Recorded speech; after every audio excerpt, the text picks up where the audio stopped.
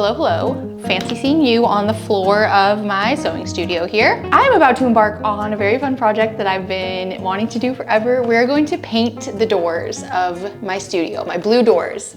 I love the look of kind of Scandinavian painted furniture. Love that vibe. I also really love cross stitch and knitting colorwork motifs. And so I'm going to try to kind of combine the two. So I'm going to jump into that project and see how it goes. And once I have the hang of it, I'll show you the specifics of how I've accomplished it. But I have a whole weekend where I have so many fun crafty things, mostly in my sewing room, planned, things I want to make and create, things I've been putting off for a long time. I want to tackle the doors. I want to make some curtains for my sewing room. I want to hang up some art that I have been stowing away in my closets for a long time. Haven't gotten around to hanging those. I want to try an applique project for above my fireplace. And I might get into thrifting or vintage shopping for some furniture and decor pieces that I'm looking for. So I feel like it's just going to be a fun, crafty weekend of joy. And so I thought I'd take you guys with me. I'm losing my light, so we're going to start painting.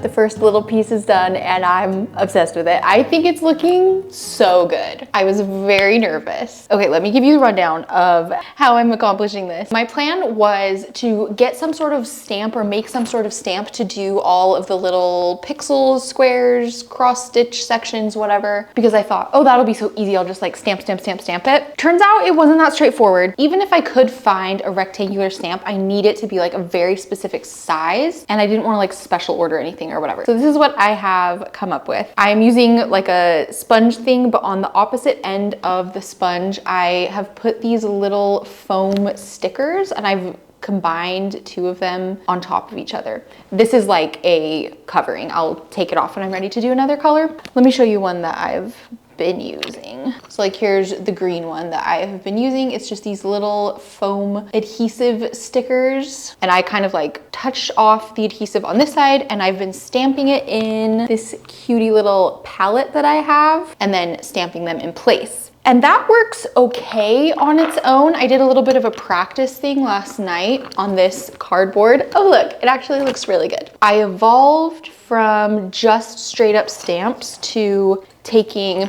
a paintbrush and then going in after I stamped and kind of blending it out a little bit. So that's what I did on the rest of it, like the light green and the red and the pink. I messed up on this square, ignore that. And so the combination of the stamp, the paintbrush, I think it turned out pretty good. Went for it on the door. I also think it turned out quite good on the door as well. It definitely doesn't look like super perfect and I actually do really like that. And honestly, from far away right here, I don't feel like you can see those little imperfections. I went really slow on this first flower because I'm really scared to mess up. My plan is to do 3 motif designs on each door and then I'm gonna potentially do some other smaller designs as like extras. I did map out the specific designs and colors and everything. Oh, I don't know if you can see that really well. I'll show you a clip of what it looks like, but I pulled it up in Illustrator and like specifically mapped out exactly what I wanted everything to look like. That way I go in with a plan and I don't regret the placement of anything later. I'm gonna keep chugging away on these designs. The next one is kind of quilty patchwork star inspired and I love that I'm gonna have little bits of that in here as well.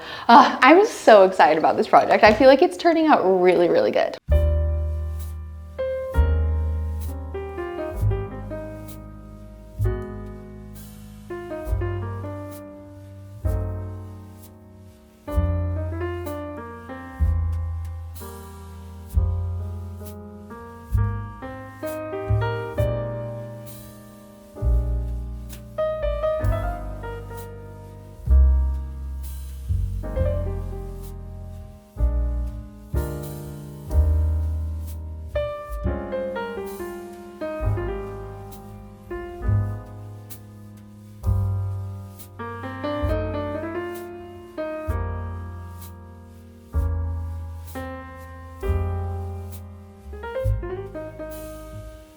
The doors are looking so good. I've come to a good pausing point. I've done like the 3 main designs, motifs on each door. I want to go back in and add like a few little details along the top and maybe sprinkled into the middle, like little teeny baby ones, just to kind of break it up a little bit more. But I think we're in the right direction. They're looking so good. My kids keep coming in to like see how they're doing, and my daughter's like, those look like Minecraft flowers. Which I'll take. This is the only way our interests will overlap. All right, we're gonna take a break from painting. I am going to go to a couple different vintage and thrift stores. There are quite a few things around our house that I still need to get. Some of it is like actual furniture, some are just like little decor pieces. We moved in May. Oh my gosh, so it's been like 6 months. But there are still quite a few rooms that are like really empty. In fact, let's go on a little tour and I'll kind of show you things that are missing that I'm gonna be looking out for. Welcome to our very much work in progress living room. This has been empty for most of the time that we've lived here, but we recently acquired a rug and the couch and the coffee table. The rug, I actually can't remember where it's from. I'll put it in the description. The couch we got on Facebook Marketplace. I love the frame of it and I hate the cushions. I'm actually going to work on reupholstering it. Wish me luck. In fact, I'll put a swatch of the fabric that I'm hoping to use to reupholster. And then we got this stunning coffee table from one of the vintage stores that we're actually going to go to today. So what we still need in this room, we need mostly a chair to go in this corner right here. And obviously just the whole room is like super empty. We don't come in here a ton. This is like our entry living room. It's not like we're hanging out watching TV here, but it is like a good visiting place. So we could use some more seating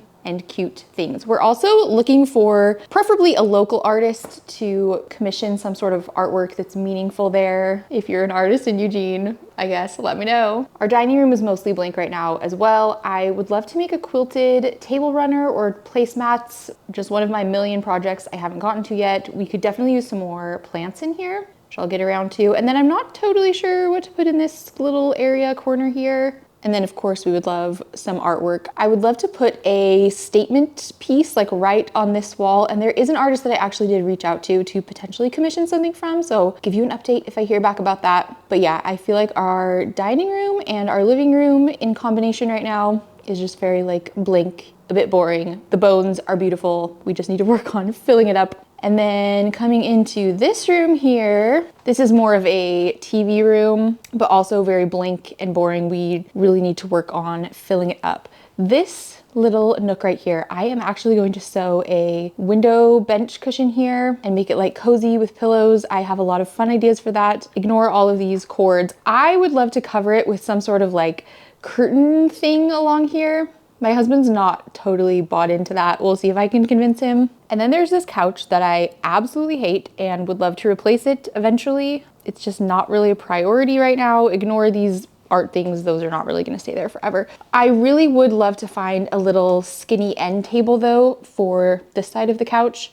We've been using this cajon temporarily, but we really, really need just like a thin skinny end table with like a lamp, just more decor, cute things in this room. So essentially we are looking for a chair for this room, end table for the TV room, decor pieces, artwork, doodads, knickknacks, fiber art and folk art stuff is like my vibe for sure. So that's kind of what I'm mainly focused on. But yeah, as you can tell, just the main living area of our house is super duper empty right now. After we moved, our focus was on other areas of the house, functional things that we like definitely needed to fill out, and all of this stuff has kind of just been on the back burner. So let's see what we can find.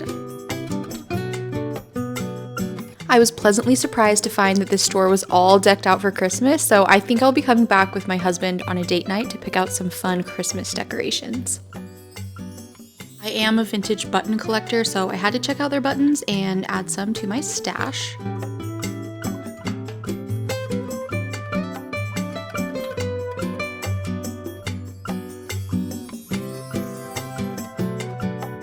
I was completely in love with these chairs, but I don't have a place in my house that I felt like they would make sense. I'm looking for more of an armchair type of chair, so I left them behind, but I do love them. I wasn't intending to look for clothes, and honestly, I usually avoid clothes shopping in general just because most of the things I see, I think, oh, I could make that instead. But I did really, really like this barn jacket. Unfortunately, it was just kind of super big. I love something oversized, but it was way too big, and you can't really tell, but it is really long, like close to my knees, which is just too long for this type of jacket for me personally. I did love this one a ton, but I think it was potentially a kid's jacket. It was way too small.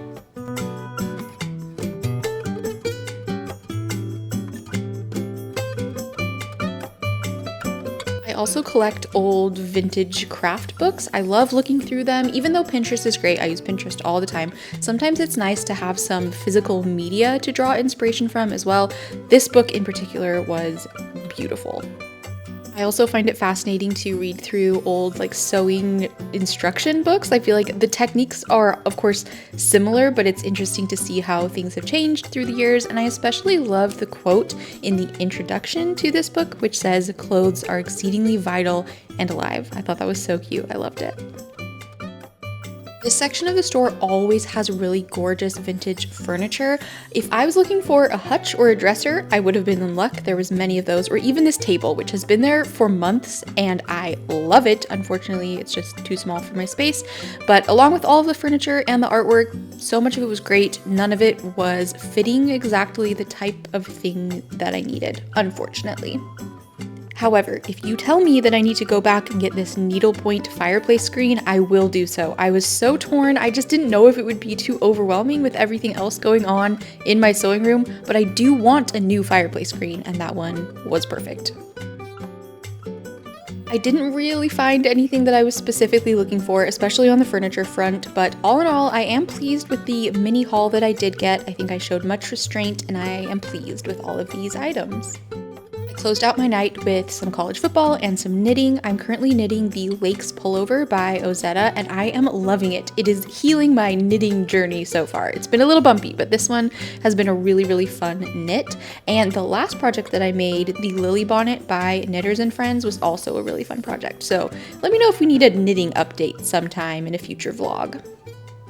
I did more work on the doors last night. I think they're looking pretty good. I'm just gonna leave them for now. All that I added was these little blue and red shapes on the top and the bottom. There's still a chance that I might add a couple other little small designs in between these spaces here, but I'm not sold yet. I feel like they might just be fine as is, and I would rather add them later if I decide I want to than get carried away now and regret it. I also realized that I have not even thought about this little space on this door here. So I'll probably paint something there maybe tomorrow or something, just kind of get that finished up, and then I'll show a grand reveal. But yeah, I'm extremely pleased. The plan for the next project is to make a wall hanging to put on my fireplace. This spot has been too blank for far too long. I'm going to be using an applique pattern from It's All in the Stitch. So I'm going to quilt just a rectangle of fabric and then applique the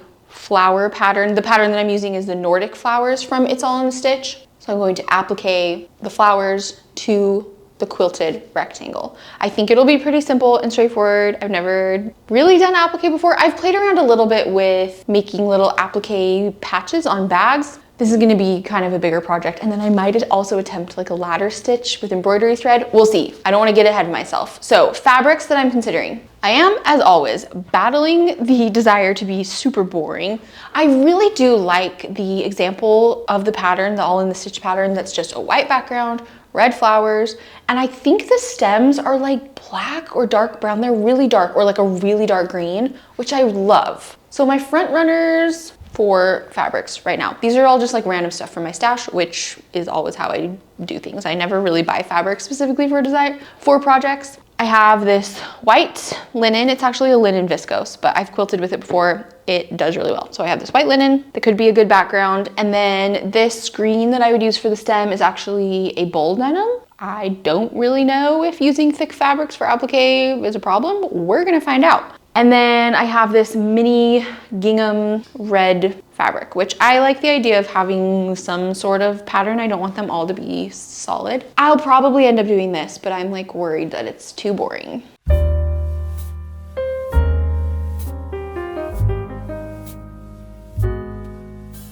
I completely forgot to mention that I did enlarge the scale of the pattern pieces for this applique. Originally, these pattern pieces are sized to fit on a background that's about 11 by 14 inches. I wanted my wall hanging to be about 24 by 18 inches, so the flowers were just going to be super small. So I ended up taking the pattern into Illustrator and just blowing it up so that it would be larger. To be honest, my method was probably very ramshackle. There might have been better, easier ways to do it. I just wanted to get it done pretty quickly. It was a spur of the moment decision. If you make this pattern and decide you want to also enlarge your pattern pieces, I would recommend reaching out to the pattern designer for her recommendations because, again, I didn't really do it in any sort of expert way. I just kind of super quick hodgepodge made the pattern pieces bigger to fit my wall hanging.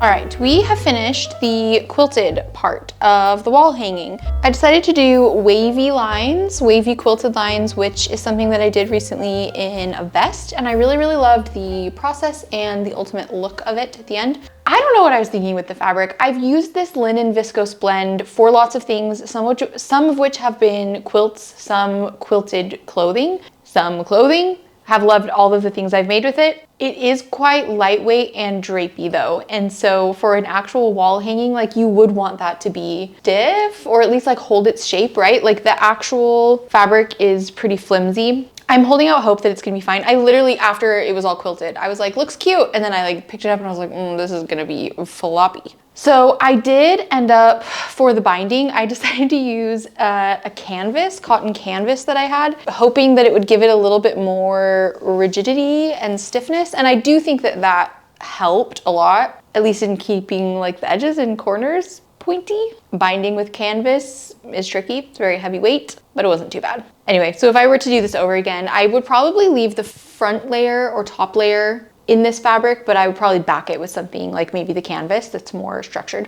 In the pattern, there are 4 different applique techniques mentioned, and there's tutorials and instructions for each one. You kind of choose your own adventure of however you want to do it. I think I'm going to do raw edge applique. It seems like the quickest and easiest, and especially in a situation like this where it's not something that's going to be handled really frequently, I'm not really worried about fraying. So I can either just stick the applique stuff straight on here and leave it as is, or you can do different decorative stitches around the flowers. So I think I'm going to try a blanket stitch. I've done that on my machine before, just super teeny tiny, kind of not noticeable blanket stitch, but I kind of want to do a more prominent decorative blanket stitch, which would require embroidery thread and needles. These are things that I don't have. And so I'm gonna try to run really quick to my local yarn store. I'm actually not entirely sure that they have embroidery thread. Back in the olden days, I would just go to Joann, but obviously that's not an option anymore. Michael's or Hobby Lobby might have embroidery thread, but I figured might as well try to support my local small businesses. So we're gonna go run a quick errand before they close, and then we can finish this up, which honestly, I don't think is going to take very long.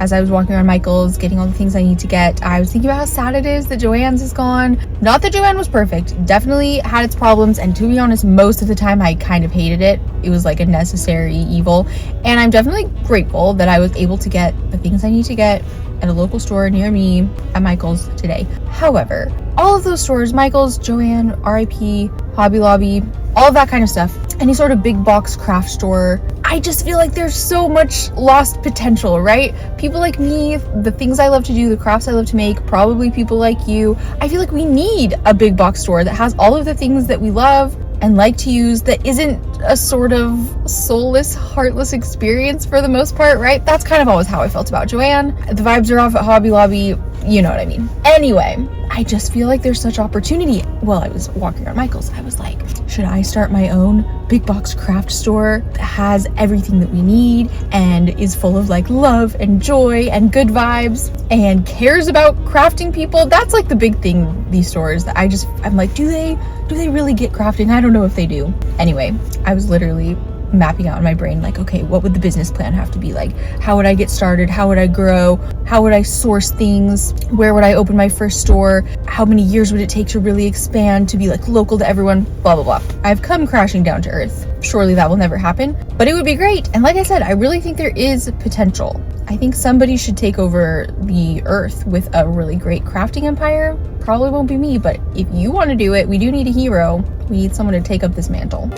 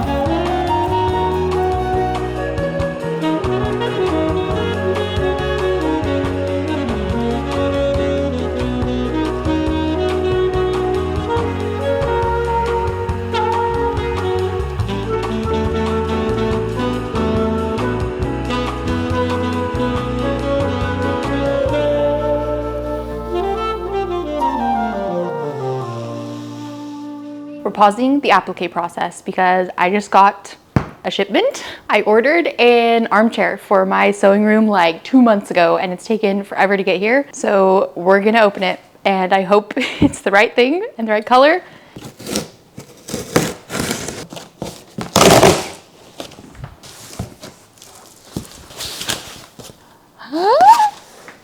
It is the right color. This is one of the armrests. No, it does look really cozy. Oh, I'm excited. Okay.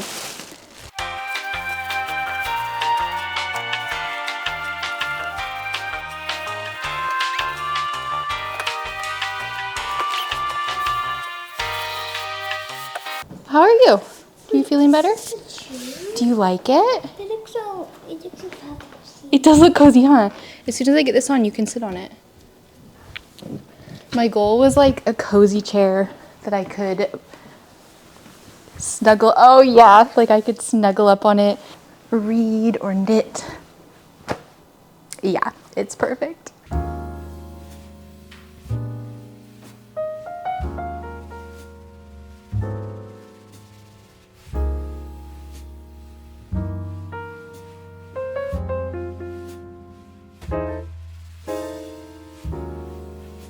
We are well underway with the applique blanket stitch process. I think it's looking quite good. I feel like a lady in one of those old-timey movies or books who's like, all she can do is sit at home and work on her stitches and she can't go out and do anything, except that's like literally all I want to do is sit in a cozy chair and hand embroider a wall hanging tapestry quilt. I'm also happy to report that this chair is perfection. I'm obsessed with it and in love with it. I would love to make some sort of like poof footstool type thing, footrest. I also have to tell you guys about the book that I just finished reading. It was called Witchcraft for Wayward Girls. And I think the genres, it's like fiction, horror thriller, which is not something that I typically read. I've read a few thrillers. Every once in a while, it's nice to have a little change of genre. I gave this one a shot and I can't stop thinking about it. I honestly don't know if I would recommend it necessarily. Let me just tell you about it. I'll try to give a synopsis that is spoiler free if you are interested in reading it. But essentially, it is about a home for wayward girls, which are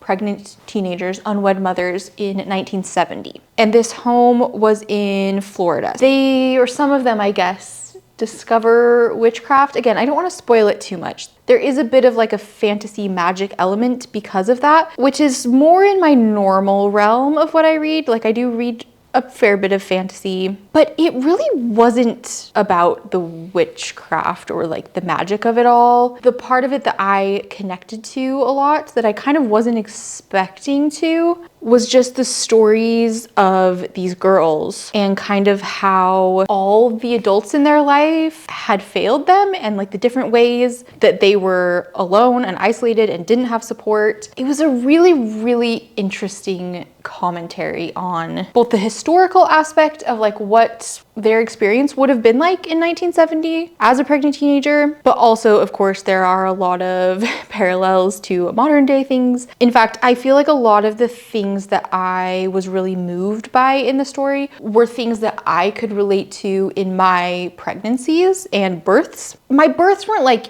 anything crazy, right? Like I am of the opinion that anybody who has given birth has gone through a pretty like significant, I don't know if I want to say traumatic, but it's like a big deal and it's basically never chill, right? I would say if you are somebody who did have a very traumatic birth or is easily triggered by anything like pregnancy, birth related, I would definitely avoid this book. It is really graphic and kind of, I want to say factual. Like the descriptions of birth and what they went through, it's like, yeah, that is what it's like. And a lot of it is kind of horrible. There were many times in this book, I think because of my experiences, that were, I don't know if they were like triggering. I wasn't like upset or angry or anything that I was reading them, but I was like sobbing. I cried many times during this book, both from like sadness and empathy about what these girls went through. Fictional, by the way, this is not a true story. Although I'm sure a lot of it is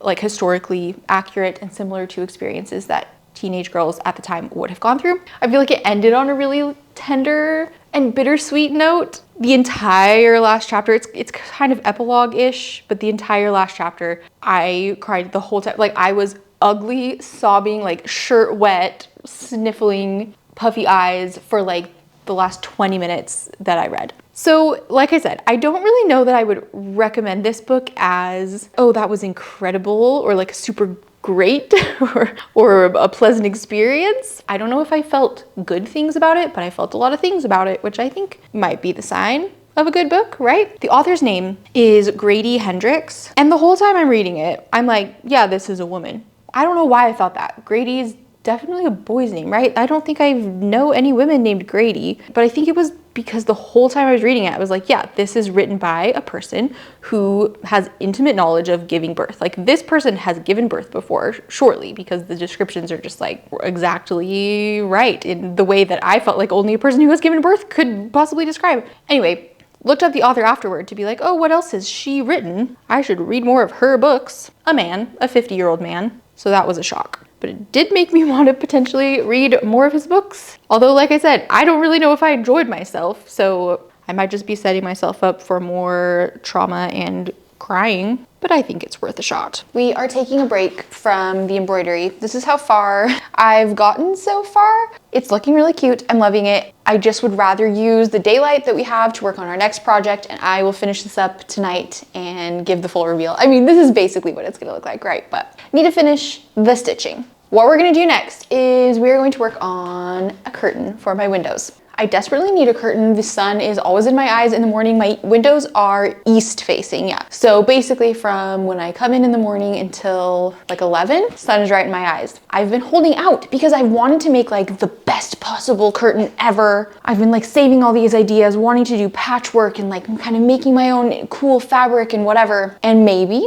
at some point I will do that, but I need to stop putting it off and just make a freaking curtain. So we are going to use this fabric that I got from Fabulism. I was hesitant to put a super colorful fabric over on the curtains. Obviously this is pretty colorful, but I actually think there's something about the like rainbow aspect of it that almost feels neutral. That sounds insane. I don't know if you're understanding what I'm saying, but it's just like there is quite a lot of color, and the way that it all kind of meshes and blends together looks really good against this wall. I have been resting this fabric on the windowsill for the past few days, like just trying to get a sense of what it will look like, and I think it's gonna be great. So we're just gonna make a curtain out of this. I only have 2.5 yards of it, and so I'll probably only be able to make one panel. And if I like how it turns out, I'm just gonna order more fabric. My windows, if you are unfamiliar, they're kind of a weird placement because I have 3 windows and then a corner and 1 window on the other wall. And so I wasn't quite sure how I wanted to handle that as far as rods go, because I do want the curtain to be able to slide all the way across the rod. So I know there's curtains that have a corner piece,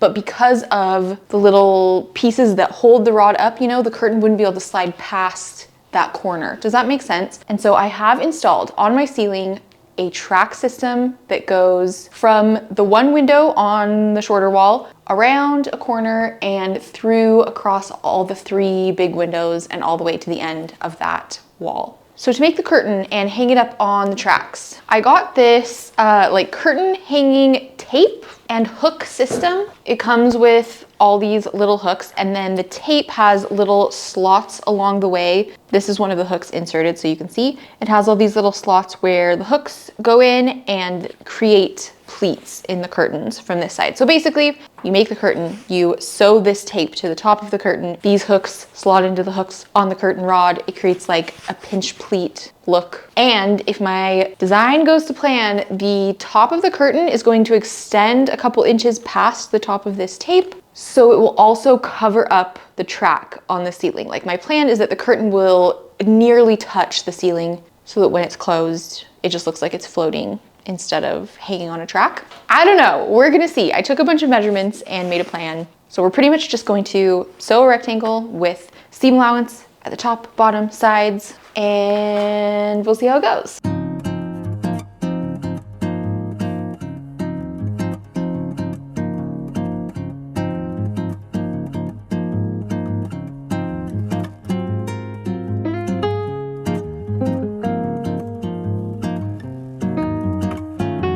I have some fusible interfacing that I am going to fuse onto the top portion of the curtains, the part that's going to both hook onto the hooks at the top and also extend up and cover the track. That's just gonna help it be more stiff and structured in the curtains. Hopefully, that's the plan anyway.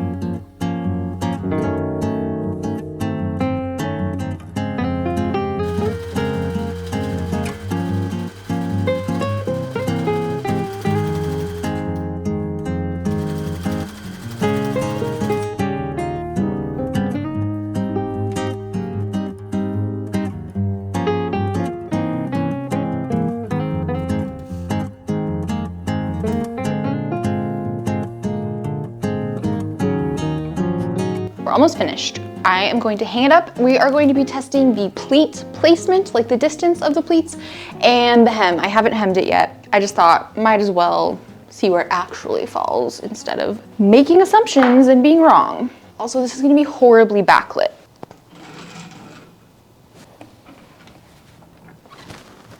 Ooh, that's kind of fun. Okay, I'm glad I did this. I marked where the hem is going to be. That will be easy peasy. I also need to change the placement of the hooks. I am going to try to take one hook out because even though the width of the curtain is wide enough with as many pleats in as I have right now, it makes the top of it not wide enough to cover the whole window. I'm just using the width of the bolt, so I didn't have any extra width to work with, or otherwise I would have cut it wider. Anyway, so I'm gonna try to take a pleat out. I'm going to extend the pleats to the edge of the curtain, hem it, and then I think we should be good. But I think it's cute. I like the vibes, and obviously it'll be to the side 99% of the time. Let's finish this up.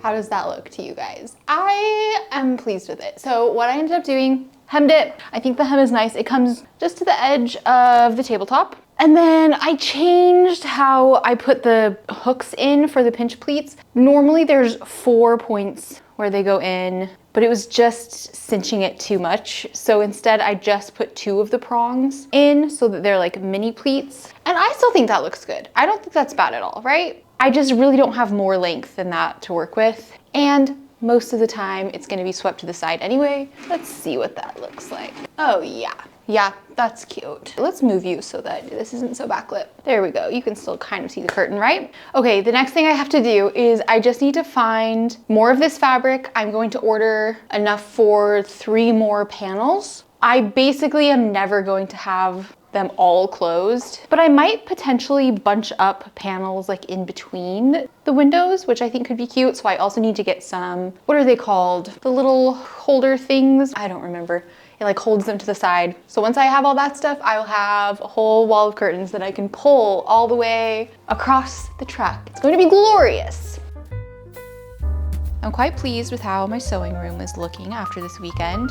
We got the doors painted, which still feels like a fun surprise every time I walk into the room. I even did the little space on the main door, and I'm very happy with how that turned out. My applique project is done and hung up. I put safety pins through the back layer and then hung those on some command hooks. I wasn't entirely confident that would hold on the brick, but it seems pretty secure. And I love the way the applique looks with my curtain. That combo really brings some warmth and color into that cozy corner, which it was missing before. The final thing I did was I put up some artwork around the room. I used some fabric that I had on hand as mats in the frame, which I think gives it a nice pop of texture. This room is going to be a never-ending project, of course, but I think we're getting closer and closer to my end goal, which is for the room to look like the den of a crafty gnome lady who's lived here for hundreds of years and has slowly been collecting trinkets and doodads.